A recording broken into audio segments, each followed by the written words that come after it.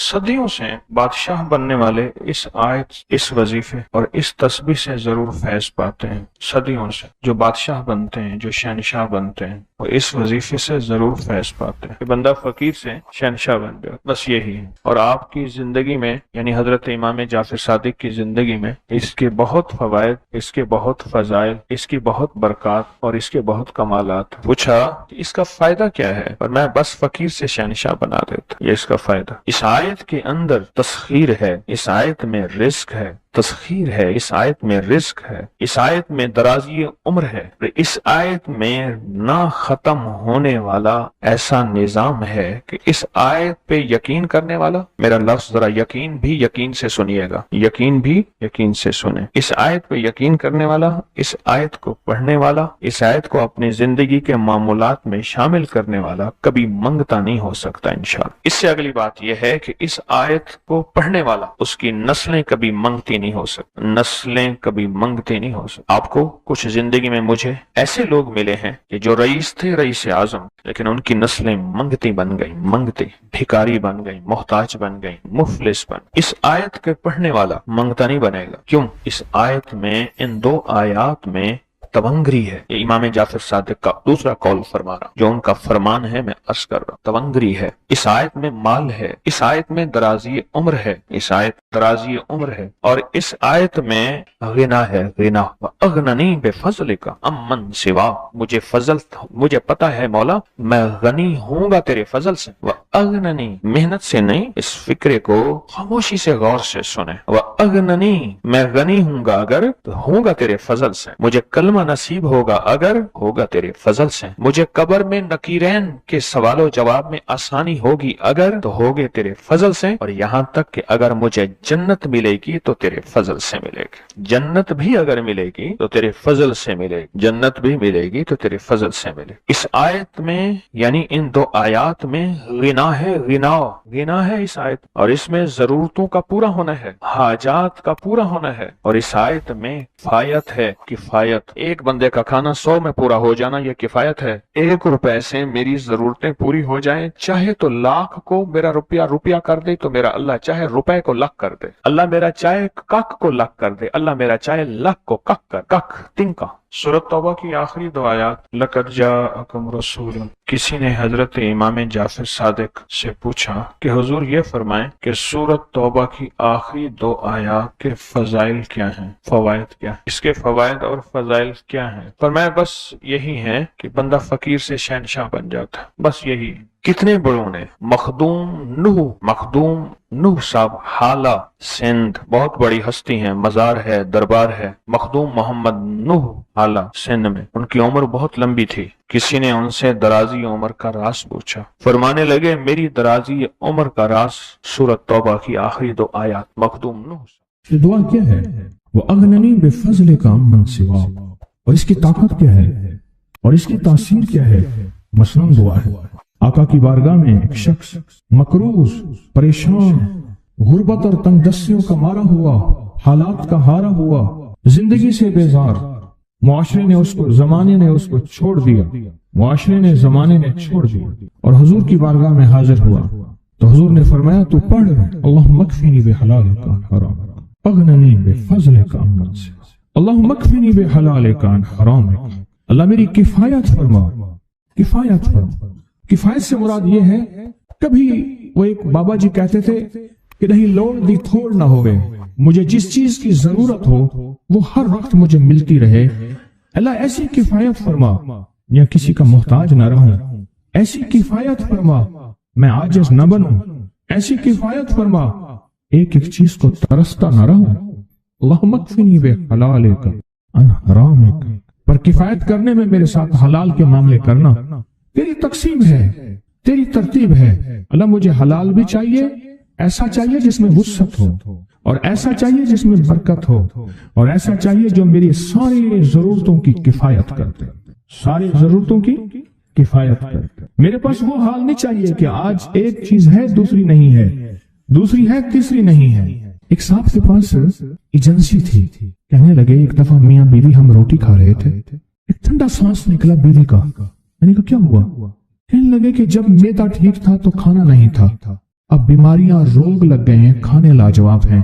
اس وقت غربت تھی، تنگ دستی تھی، دل چاہتا تھا کھانے کو، طبیعت چاہتی تھی راحت کو، اب وہ نہیں ہے۔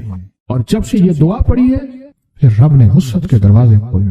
اس نے ایک وہ ایجنسی لی تھی جو کوئی نہیں لیتا تھا، بالکل کوئی ایسا ادارہ تھا جس کا سارا نظام ختم ہو چکا تھا، وہ ایجنسی لی، کوئی نہیں لیتا تھا، اس نے لے لی، سستی ملتی تھی، لیکن اس کے ساتھ قدرت کی طاقت تھی، قدرت کی قوت تھی، اللہ کا نظام اس کے ساتھ تھا، اللہ کا نظام اس کے ساتھ تھا۔ اللہم اکفنی بحلالک عن حرامک، میں اللہ مجھ سے تجھ سے وہ رزق نہیں مانگتا جو میرا اور میری نسلوں کی کفایت نہ کرے، اللہ وہ رزق مانگتا ہوں جو کفایت کرے، پر حلال مانگتا ہوں، طیب مانگتا ہوں، طاہر مانگتا ہوں، مطہر مانگتا ہوں، حرام نہیں مانگتا۔ حرام جتنا زیادہ ہو جائے ایک وقت آئے گا ختم ہو جائے گا، حرام جتنا پہاڑ بن جائے ایک وقت آئے گا اللہ اس کو ختم کر کے دکھائے گا۔ میں نے ایک جگہ حضرت عبداللہ بن مسعود رضی اللہ تعالیٰ کا فرمان پڑھا، وہ بس ایک دفعہ پڑھا، مجھے نہ بھولا، پھر فرمایا سود کا انجام تنگ دستی اور فقر ہے۔ اور ایک اور صحابی کا قول ہے، اور یہی قول حضرت امام جعفر صادق کا ہے کہ حرام کا انجام فقر اور قلت ہے۔ اللہ مجھے حرام نہیں چاہیے، اور پھر اللہ کہتا ہے اچھا چلو ٹھیک ہے تیری کفایت کر دے۔ اللہ سے ایک بات اور بھی مانگتے ہیں، آگے ذرا سنیں، وَأَغْنَنِي بِفَضْلِكَ، مولا مجھے غنی کر دے، مجھے پتہ ہے تیرے فضل سے کوئی غنی ہوگا، محنت کر کے غنی کوئی نہیں ہوگا۔ کمال دعا ہے، وَأَغْنَنِي بِفَضْلِكَ، اغننی، مجھے تیرے فضل سے غنی ہونا ہے۔ میں جا رہا تھا، سیڑھی رکھی ہوئی تھی لمبی بڑی اونچی، اور سر پہ گارے کا تھال تھا اور ایک بندہ چڑھ رہا تھا۔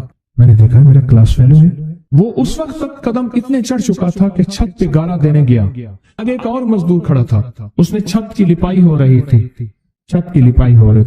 بھوسے والے گارے سے۔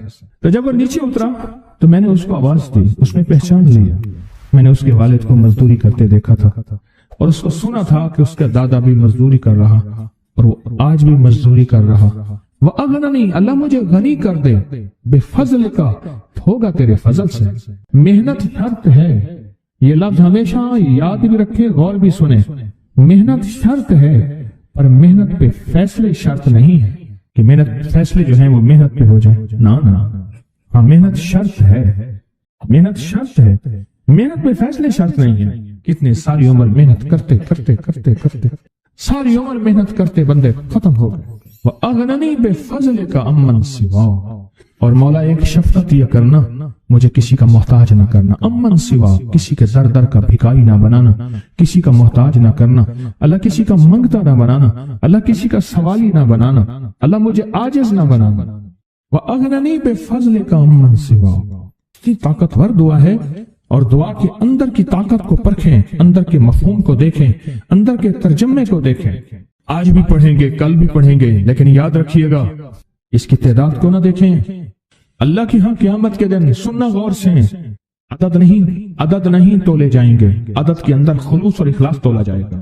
اس نے اس عدد کے اندر اس کا اخلاص کتنا ہے، اس کی طلب کتنی ہے، اس کی للہیت کتنی ہے، اس کی تڑپ کتنی ہے، اور اس کا جذبہ کتنا ہے، اللہ کے ہاں یہ تولا جائے گا۔ اور پھر اگلی بات، وہ عمل جس مجاہدے سے کیا جائے گا، جس قربانی سے کیا جائے گا، جیسے آپ چوکنا ہو کے جاگ کے توجہ سے میری بات سن رہے ہیں، اس مجاہدے سے ایک نور ملتا ہے، وہ نور تولا جائے گا، اس مجاہدے سے نور ملتا ہے، اس مجاہدے سے گھروں کو چھوڑا، آپ آخری عشرے کے اعتکاف میں آپ پھر اس وقت جائیں گے جب اعتکاف ختم ہو جائے گا۔ یہ جو قربانی ہے اللہ کے لیے کی ہے، اس مجاہدے پہ جو مجاہدہ آیا، اس قربانی پہ جو قربانی آئی، کبھی جاگنے کی، کبھی ٹیک ہٹانے کی، کبھی توجہ کرنے کی، کبھی اپنی چاہتوں کو توڑنے کی، اس پہ نور ملتا ہے۔ یہ نور قیامت کے دن ترازو میں تولا جائے۔ وَأَغْنَنِي بِفَضْلِكَ عَمَّنْ سِوَاكَ، مولا مجھے غنی کر دے، اور مجھے پتہ ہے غنی تیرے فضل کے بغیر کوئی نہیں۔ زندگی میں جب بھی کہیں مشکلیں آئی ہیں، جب بھی کہیں پریشانی آئی ہیں، جب بھی کہیں الجھنیں امت کو آئی ہیں، جب بھی کہیں اولاد نہیں ہے، رزق نہیں ہے، صحت نہیں ہے، عزت نہیں ہے، سکون نہیں ہے، چین نہیں ہے، راحت نہیں ہے، جادوؤں نے گھیر لیا، بندشوں نے تباہ کر دیا،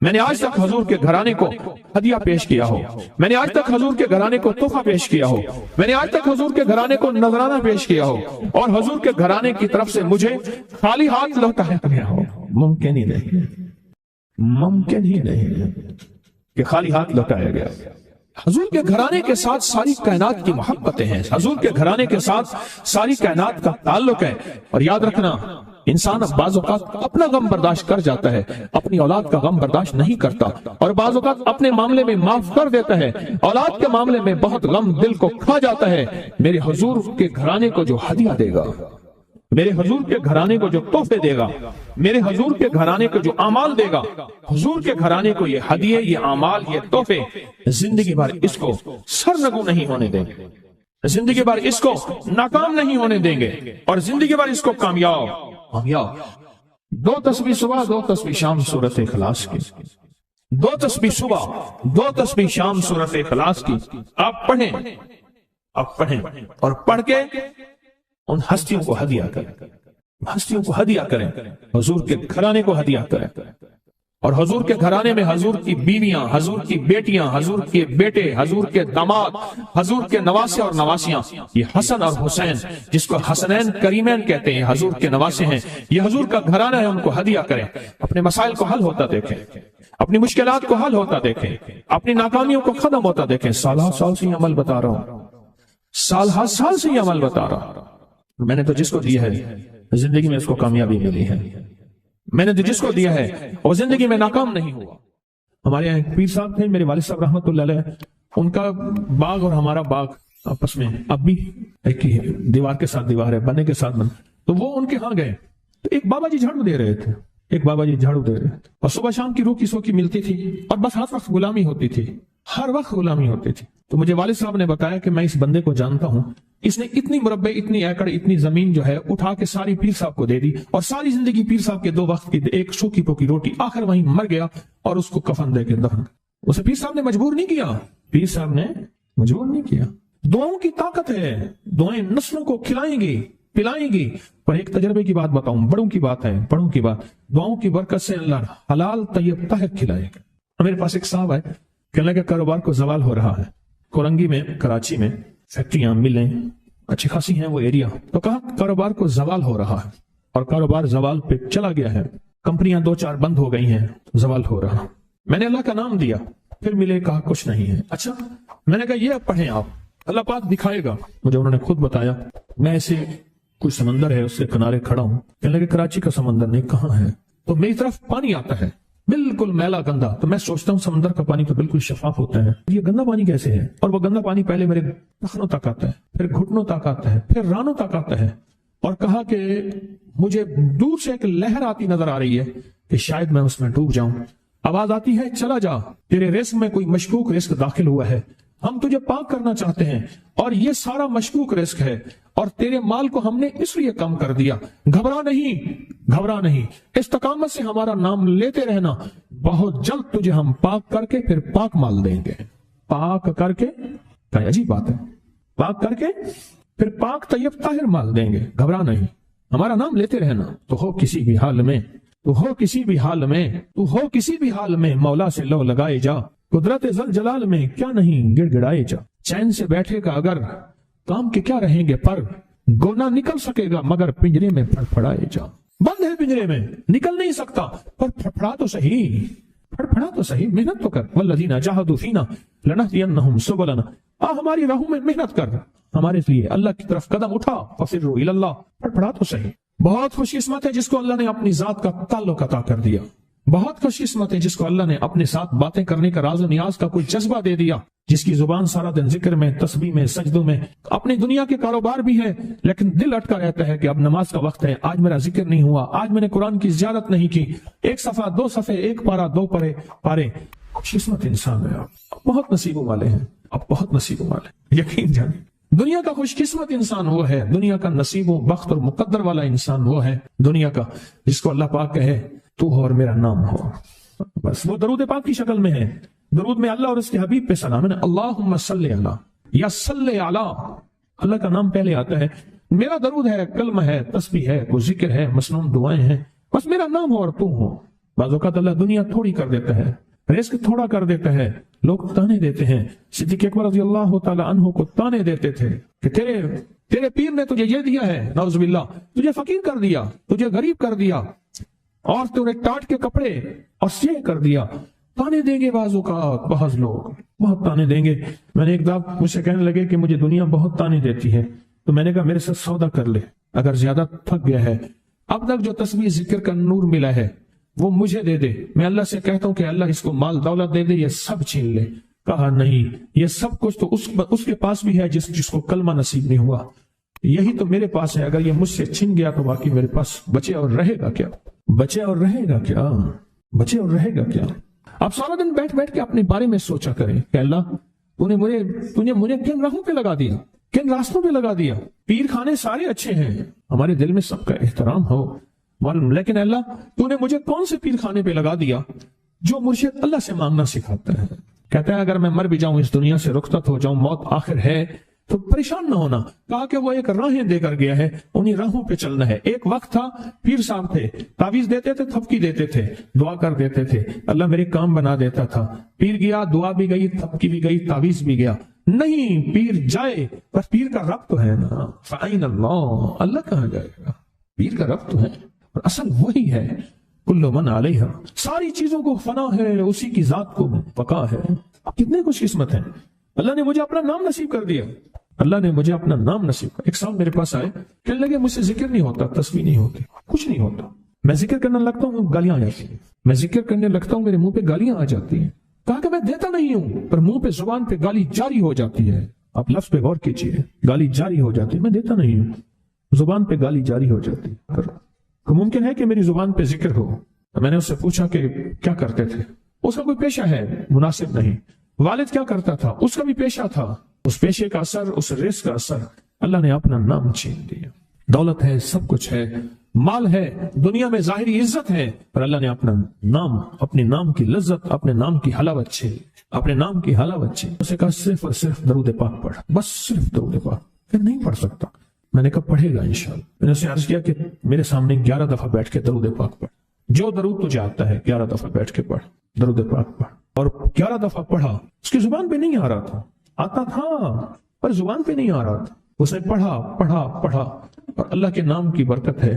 کیوں میں نے درود کیوں بتایا؟ کہ اللہ کے نام کی برکت ہے کہ درود پاک وہ واحد عمل ہے، فرمایا اگر ریاکاری، دکھاوے کی نیت سے بھی پڑھو، اللہ کہتا ہے قبول ہے۔ دکھاوا، ریاکاری، لوگ مجھے نیک کہیں، لوگ واہ واہ کہیں، اللہ کے لیے نہیں کر رہا، حالانکہ یہ عبادت کبھی بھی اس کی بارگاہ میں قبول نہیں ہے، کبھی بھی قبول نہیں ہے جو اللہ کے لیے نہ کی جائے۔